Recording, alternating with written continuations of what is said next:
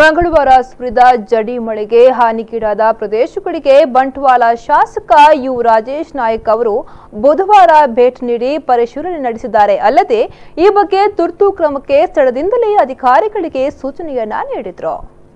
ನರಿಕುಂಪು ಗ್ರಾಮದಲ್ಲಿ ವಿಶ್ವನಾಥ ಹಾಗೂ ಬಾಬು ಎಂಬುವರ ಮನೆ ಗೋಡೆ ಕುಸಿದು ಹಾನಿಯಾಗಿದ್ದರೆ ಏರಿಮಲೆ ಕಾಡೆದಿ ದೇವಸ್ಥಾನದ ಮುಂಭಾಗದಲ್ಲಿ ಮಣ್ಣು ಕುಸಿದಿದ್ದು ಈ ಬಗ್ಗೆ ನಷ್ಟದ ಕುರಿತು ಅಂದಾಜಿಸುವಂತೆ ಸೂಚಿಸಿದ್ರು. ಸಜಿಪುಮುನ್ನೂರು ಗ್ರಾಮದ ಮಾರ್ನಬೈಲ್ ಸಾಂಬರಾಗುರಿ ಎಂಬಲ್ಲಿ ಸುಮಾರು 4.50 ಎಕರೆ ಪ್ರದೇಶದ ಅಡಕೆ ತೋಟದಲ್ಲಿ ನೀರು ತುಂಬಿದೆ. ಇಲ್ಲಿನ ಸುನೀತಾ ಚಂದ್ರಶೇಖರ್ ಎಂಬುವರಿಗೆ ಸೇರಿದ 3.50 ಎಕರೆ ಅಡಕೆ ತೋಟದಲ್ಲಿ ನೀರು ನಿಂತಿದ್ದಲ್ಲದೆ ಗಾಳಿಗೆ ಸುಮಾರು 20ಕ್ಕೂ ಹೆಚ್ಚು ಫಲಭರಿತ ಅಡಕೆ ಗಿಡಗಳು ದರಶಾಹಿಯಾಗಿದೆ. ಸಜಿಪ ಮುನ್ನೂರು ಗ್ರಾಮದ ಆಲಾಡಿ ಚುಮಾದಿ ದೇವಸ್ಥಾನದ ತಡೆಗೋಡೆ ಸಂಪೂರ್ಣ ಕುಸಿದಿದ್ದು ಇದನ್ನು ಪರಿಶೀಲಿಸಿದ ಶಾಸಕ ರಾಜೇಶ್ ನಾಯ್ಕ್ ಅವರು ನಷ್ಟದ ಬಗ್ಗೆ ಅಂದಾಜಿಸುವಂತೆ ಸಂಬಂಧಪಟ್ಟವರಿಗೆ ಸೂಚಿಸಿದರು. ಮಂಜು ಗ್ರಾಮದ ನುಜಿ ಅಳಪೆಯಲ್ಲಿ ಕಿರು ಸೇತುವೆ ಮುರಿದು ಬಿದ್ದು ಜನರು ತೊಂದರೆ ಪಡುತ್ತಿದ್ದು ಶಾಸಕ ರಾಜೇಶ್ ನಾಯ್ಕ್ ಭೇಟಿ ನೀಡಿ ಪರಿಶೀಲನೆ ನಡೆಸಿ ಸೇತುವೆ ಪುನರ್ ನಿರ್ಮಿಸಲು ಕ್ರಮ ಕೈಗೊಳ್ಳುವುದಾಗಿ ತಿಳಿಸಿದರು. ಗ್ರಾಮದ ಈ ನೂಜಿ ಎಂಬ ಸ್ಥಳದಲ್ಲಿ ಈಗಾಗಲೇ ನೀವು ನೋಡಿದ್ದೀರಿ, ಒಂದು ಕಿರು ಸೇತುವೆ ಕುಸಿದು ಬಿದ್ದಿದೆ.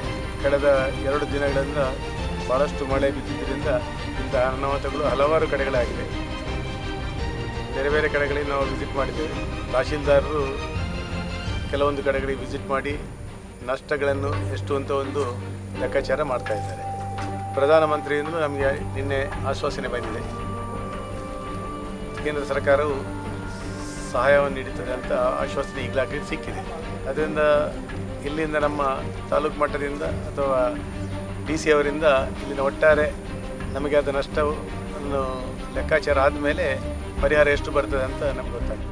ಶಾಸಕರ ಜೊತೆಗೆ ತಾಲೂಕು ಪಂಚಾಯತ್ ಸದಸ್ಯ ಪ್ರಭಾಕರ್ ಪ್ರಭು, ಕ್ಷೇತ್ರ ಬಿಜೆಪಿ ಸಮಿತಿಯ ಪ್ರಧಾನ ಕಾರ್ಯದರ್ಶಿ ರಾಮದಾಸ್ ಬಂಟ್ವಾಳ್, APMC ಸದಸ್ಯ ಪುರುಷೋತ್ತಮ್ ಶೆಟ್ಟಿ, ಪ್ರಮುಖರಾದ ಗಣೇಶ್ ರೈಮಾಣಿ, ರಮಾನಾಥ್ ರಾಯ್, ದಿನೇಶ್ ಅಮ್ಟೂರು, ನರಿಕುಂಬು ಪಂಚಾಯತ್ ಅಧ್ಯಕ್ಷ ಯಶೋಧರ ಕರ್ಬಿಟ್ಟು ಹಾಜರಿದ್ದರು.